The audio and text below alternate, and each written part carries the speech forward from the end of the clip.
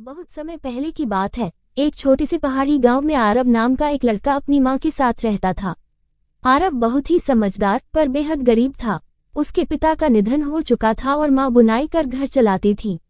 आरव पढ़ाई में तेज था, मगर उसके पास किताबें खरीदने तक के पैसे नहीं होते थे। एक दिन गांव के बाहर जंगल में लकड़ियां बीनते समय आरव की नजर एक पुराने खंडहर पर पड़ी। जिज्ञासावश वह अंदर चला गया। वहां धूल और जाले लगे थे, मगर एक कमरे में उसे कुछ चमकता हुआ दिखाई दिया। वह एक पुराना लेकिन चमचमाता हुआ आईना था। आरव ने जैसे ही उसमें झांका, आईना एकदम सुनहरा हो गया और उससे एक गूंजती हुई आवाज आई, मैं हूँ जादुई आईना। जो मुझसे सच्चे दिल से सवाल पूछेगा उसे जवाब मिलेगा, लेकिन याद रखो, हर जवाब एक परीक्षा होगी। आरव घबरा गया, मगर उसकी आंखों में सपनों की चमक थी। उसने धीरे से पूछा, क्या मैं अपनी माँ की जिंदगी बेहतर बना सकता हूँ?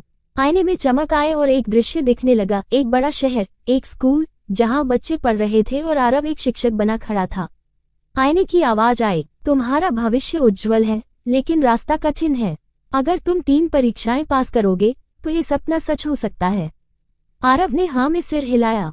पहली परीक्षा, लालच की परीक्षा। अगले दिन जब वह आईने के सामने लौटा, आईने ने कहा, पहली परीक्षा तुम्हारे लालच की है, जो मिलेगा उसे छोड़ पाओगे। तभी सामने एक बक्सा प्रकट हुआ जिसमें सोने के सिक्के भरे थे। पास में एक संदेश लिखा था, यदि तुम ये ले जाओ तो सारी गरीबी खत्म, लेकिन तुम्हारा सपना अधूरा रह जाएगा। आरव ने सिक्कों को देखा, माँ का चेहरा याद किया, फिर खुद से कहा, मुझे असली खुशी मेहनत से चाहिए, जादू से नहीं।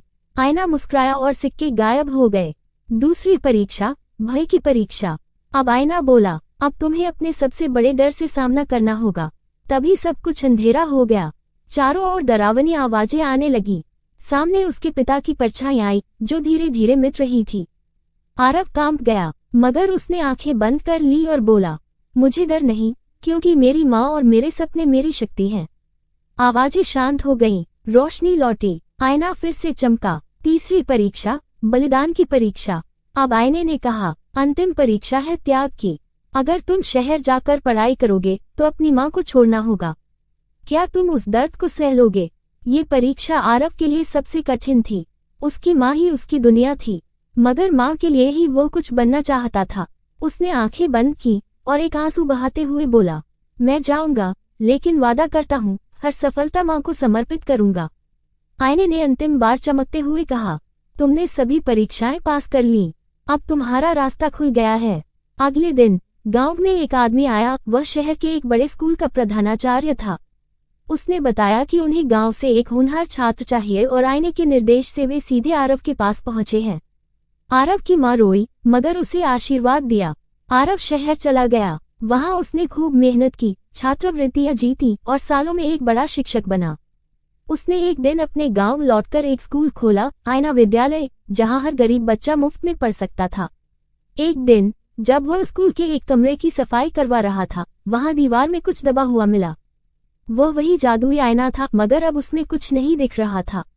आरव मुस्कुराया और बोला, अब मुझे जवाब नहीं, औरों को राह दिखानी है।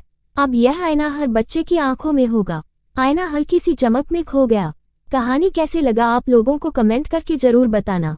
ऐसे और मजेदार वीडियो देखने के लिए चैनल को सब्सक्राइब कर देना। बहुत समय पहले की बात है।